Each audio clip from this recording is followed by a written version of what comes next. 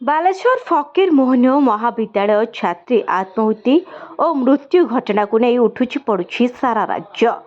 विरोधी एही प्रसंग रे सरकार को टार्गेट करी राजस्व रास्ता को ओह्लाइछन्ति। सबु विरोधी दल न्याय दाबी रे हल्लाबोल करुछन्ति।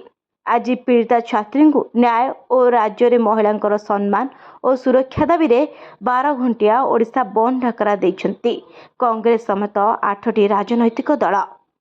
यारी भितरे विभिन्न स्थान में बंदर प्रभाव देखा मिली। एथिरे वामपंथी समेत 8 दल सामिल अछंती।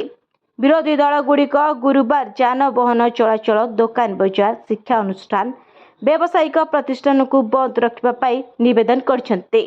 तेबे बंद पालन समय केतेक स्थान में अप्रीतिकर स्थिति सृष्टि होई पारे। एहाकु नै पुलिस सजग होईछि। विशेषकर भुवनेश्वर, कटक ट्विन सिटी रे कड़ा सुरक्षा व्यवस्था करा जायछि। तदंत अनुसार समस्त आंदोलनकारी एआई कैमेरा और ड्रोन नजर रखिब। आईन भांगिले कड़ा कार्यानुष्ठान नियाजिबो बोली police commissioner S Devdutt Singh चेतावनी दैछन्ति। लोकसभा भवन, विधानसभा, राजीव भवन कड़ा सुरक्षा बलय रही बेले छक गुड़िक, बजार, सरकारी कार्यालय रे सशस्त्र पुलिस मुतयन होइछन्ति। ब्यूरो रिपोर्ट, न्यूज दुनिया।